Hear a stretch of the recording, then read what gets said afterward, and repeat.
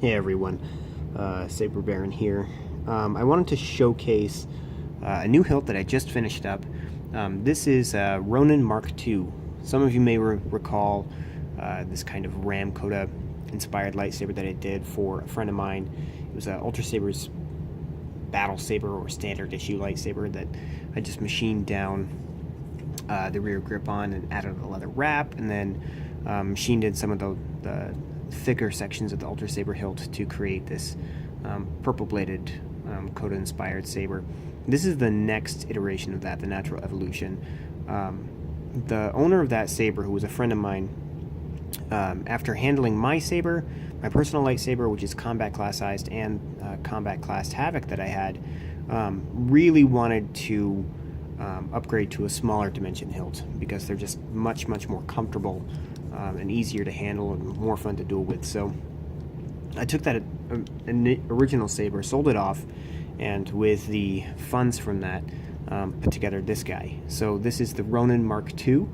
This is entirely scratch machined, so every single piece on here, with the exception of like the screws and electronics and stuff, were hand machined by me. The pommel separates here. There's a CoverTech retention screw which actually keeps the pommel on, so it's just a friction fit, but it's very secure.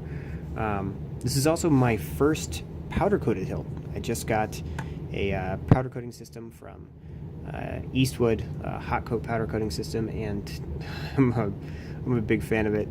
I spent a lot of time powder coating stuff, but I used flat black for this, and then I weathered it. I hit it on basically with just a bunch of files on my lathe, and then I also tried out this translucent purple, which I really like how this came out. It's not without its flaws. You can see there's a little bit of pooling right here, but generally speaking, first attempt especially, I'm really happy with how it came out. He wanted an opening in the angled emitter, so I created this kind of wide fork in the middle of it. Makes it seem a little bit more dark side. The theme for this one, per his request, was a gray Jedi saber, so maybe this is something that he had as a Jedi Knight, and as he descended a little bit closer to darkness, the lightsaber evolved as well. I think this has got a really wicked look, personally, but I'm really happy with how it came out. Huge shout out to Ryan Heller for providing these two beautiful screw-in brass switches. So these are tactile plugs, and they screw in. They're with just a 1228 tap and a size 14 drill bit, but they're really low profile. You're not going to bump them while you're dueling at all. You have to very deliberately press them, but they also provide a really nice accent. We got a purple anodized thumb screw from TCSS for the blade retention, and originally had it down here as set up as the kill switch, but I really just liked the way the powder coating and this button matched each other and kind of framed the emitter and accented it.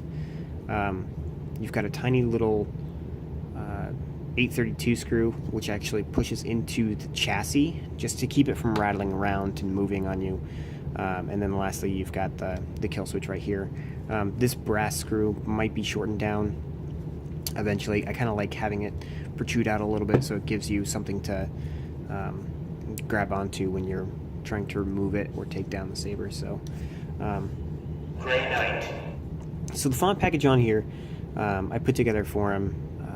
He purchased the fonts based off of some recommendations and some fonts that I showed him, because I've got copies of these too. But he wanted my Gray Knight because obviously this is kind of a great Jedi themed saber.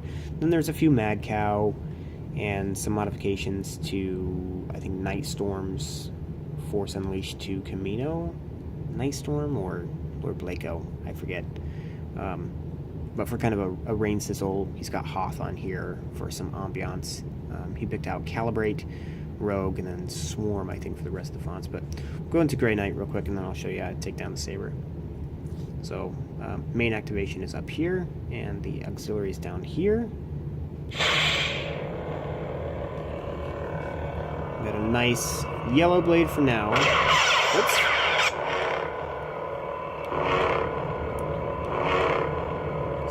Blue. And a nice purple, which is his preference.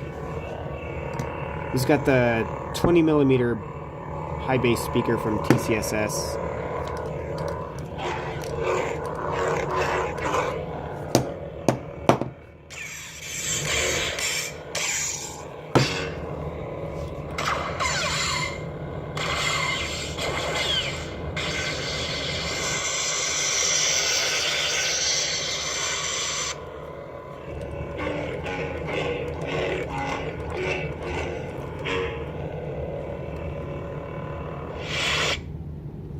What I like about these switch caps is that it requires a very deliberate push, because there's too many tactile switches that sit underneath this, just like in my personal saber.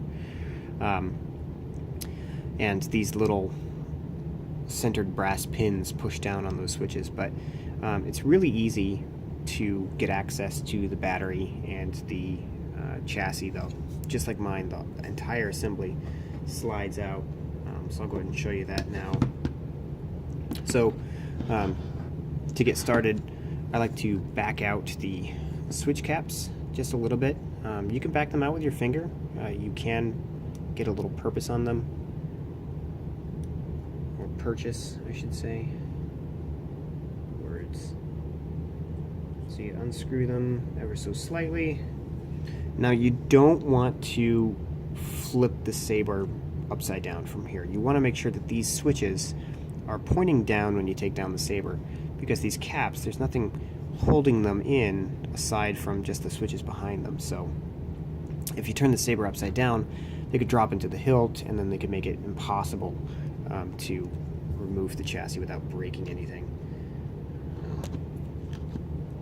So next we'll unscrew this chassis retention screw.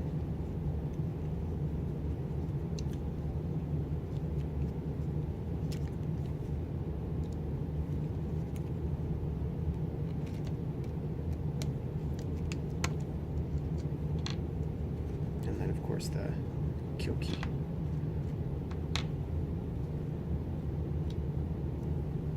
You know, we might just leave this screwed in just a little bit so the shroud piece doesn't slide around on us.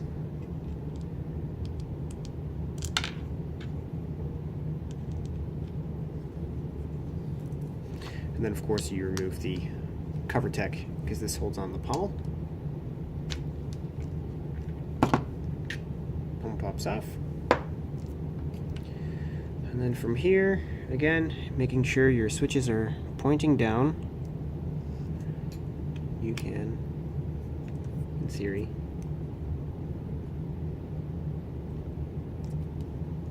pop the chassis out.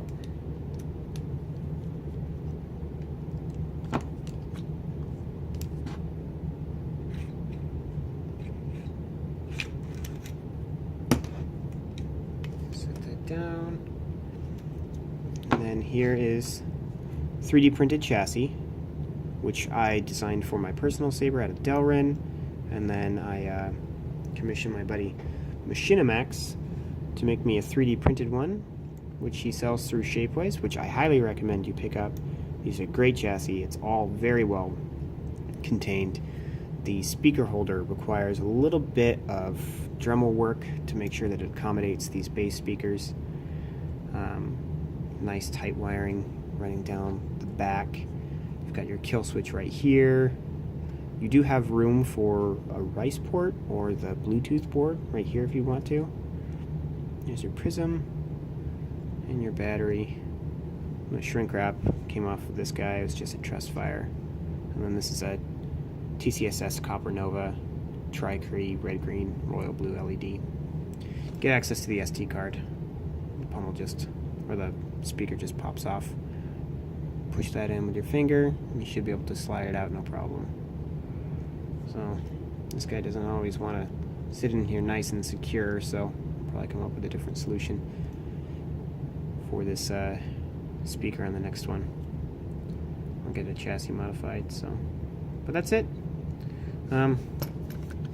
That's the Saber. Hope you enjoyed watching it. Thanks again.